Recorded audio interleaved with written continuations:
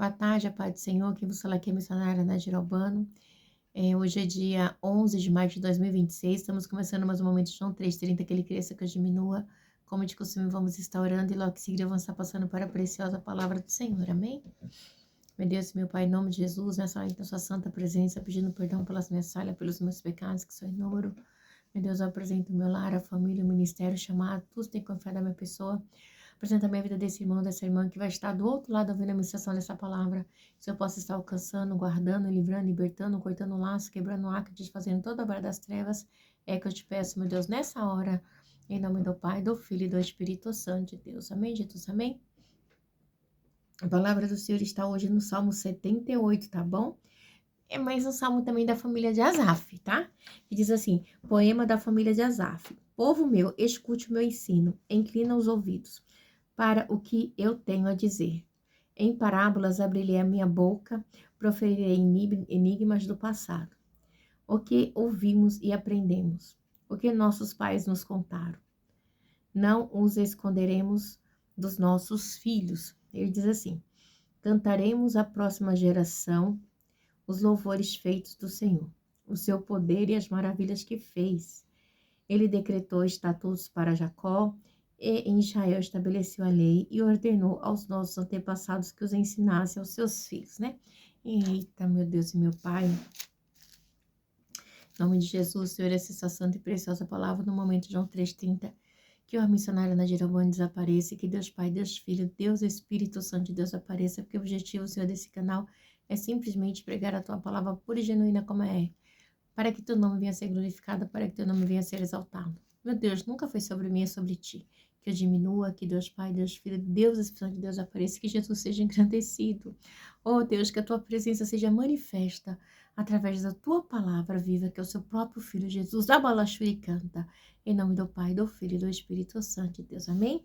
Eu já estava andando e tinha até me esquecido de orar. Misericórdia, né? Nem posso. Então ele diz assim. Vamos voltar aqui no 5. E ele decretou o estatuto para Jacó, e Israel estabeleceu a lei e ordenou aos nossos antepassados que ensinasse aos seus filhos. Esse salmo é um salmo bem grande, tá? Ele também, ele tem 72 versículos, tá bom? E ele diz assim: de modo que a geração seguinte a conhecesse também os filhos que ainda nasceriam, e por sua vez contasse aos seus próprios filhos. Então eles porão a confiança em Deus, não esquecerão seus feitos e obedecerão seus mandamentos. Eles não serão mais como seus antepassados, obstinados e rebeldes, povo de coração desleal para com Deus, gente de espírito infiel.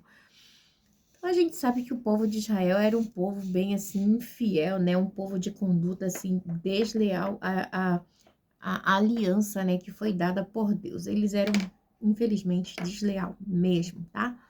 E os homens de Efraim, freixeiros armados, viraram as costas no dia da batalha, não guardaram a aliança de Deus e se recusaram a viver de acordo com a sua lei. Esqueceram o que ele tinha feito, as maravilhas que ele havia mostrado. Ele fez milagres diante dos seus antepassados na terra do Egito, na região de Zoar. Dividiu o mar para que pudessem passar, fez as águas erguer com nuvem de dia e a luz com o fogo da noite, né? Então, todas essas maravilhas, né? Deus guiou o povo ali como uma tocha, né? Ali, né? Ele dividiu o mar para que pudessem passar, né? E fez erguer-se como um muro, né? E os guiou com nuvem de dia e com a luz do fogo de noite. Então, ele está contando aqui tudo que, né? Que aconteceu com o seu povo. Fendeu as rochas no deserto, deles tanta água como a que flui das profundezas da pedra fez sair regatos, né? E fluir água como um rio. Mas contra ele continuaram a pecar, revoltando-se no deserto contra o Altíssimo, deliberadamente puseram Deus à prova, exigindo o que desejavam comer.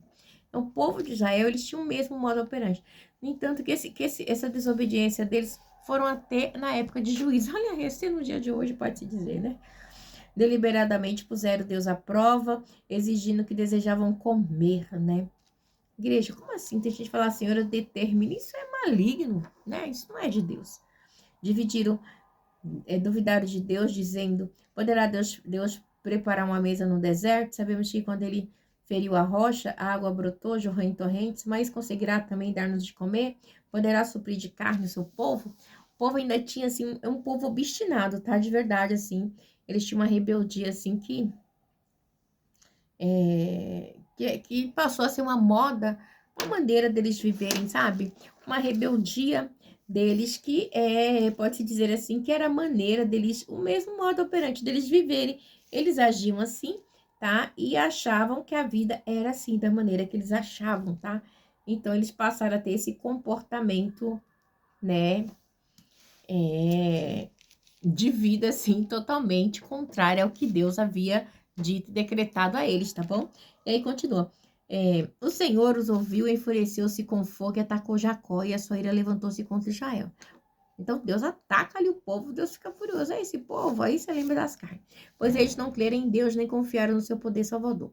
Contudo, ele deu ordem às nuvens e cobriu as portas do céu, fez chover maná para que o povo comesse. Tá vendo? Deu-lhe pão do céu. Os homens comeram o pão dos anjos, enviou-lhes comida à vontade, enviou os céus, vento oriental, e pelo poder dos seus do vento sul, fez chover carne sobre eles como pó, bandos de aves como areia da praia, né? Então, esse povo comeu carne, que foi de tal maneira, e levou a cair dentro do acampamento ao redor das suas tendas. Comer à vontade, assim ele satisfez o desejo deles, mas antes de saciar o apetite, quando ainda tinha comida na boca, acendeu-se a ira contra eles, a ira de Deus, ele feriu de morte os seus mais fortes dentre eles, matando os jovens de Israel, né? Então eles estavam comendo e Deus ainda falou: pois é. Então ali esse povo morreram ali, né? Pelos seus pecados mesmo, pelas suas blasfêmias, por tudo que eles, né? Eles diziam, né? Era muito rebelde, igreja, é causa rebelde, tá? Eles não creram que Deus pudesse enviar providência, né? Então é bem complicado isso. Não creram mesmo, né? Aí a palavra vai dizer assim: a despeito disso tudo, continuaram pecando, não creram nos seus prodígios, né? Continuaram pecando contra Deus, ok? Quantas pessoas continuam pecando contra Deus, tipo, na maior naturalidade, tipo, pequei mesmo. Fiz mesmo. Coisa normal. E não é assim. Por isso, ele encerrou os dias dele como um sopro e os anos dele em repetindo pavor. Sempre que Deus os castigava com a morte, eles buscavam com fervor se voltar de novo para ele. Então, assim, era algo que eles faziam assim, tipo, com barganha, né? Então, Deus se levantava e aí eles buscavam oração, aí eles oravam. Aí eles oravam. Lembram-se de que Deus era sua rocha, de que Deus Altíssimo era o seu redentor, com a boca o adulava e com a língua enganava? O coração deles não era sincero, não foram fiéis à sua aliança, né? Eles eram pessoas assim que, né, com a boca adulava Deus, né? Mas a língua enganavam, né? O coração deles não era sincero, não era, eles não tinham um coração sincero perante Deus, sabe? Infelizmente, eles tinham os modos operantes muito estranhos, né? Para quem viveu tudo isso, até o... Deixa quieto. Contudo, ele foi misericordioso, perdoou-lhe as maldades e não os destruiu. Vez após vez, conteve a sua ira, sem despertá-la totalmente. Lembrou-se de que eram meros mortais, brisa passageira que não retorna. Quantas vezes mostraram-se rebeldes contra ele no deserto e entristeceram na terra solitária? Repetidas vezes puseram Deus à prova, irritaram o santo de Israel. Igreja, eles colocavam Deus à prova. Era algo bem maligno, né? Então, assim, nós não podemos colocar Deus à prova, amém? De jeito nenhum. Não se lembrava da sua mão poderosa do dia em que os redimiu do opressor, do dia em que mostrou seus prodígios no Egito, as suas maravilhas na região de Zoar, quando transformou os rios e os riachos dos egípcios em sangue. Eles não mais conseguiram beber as suas águas.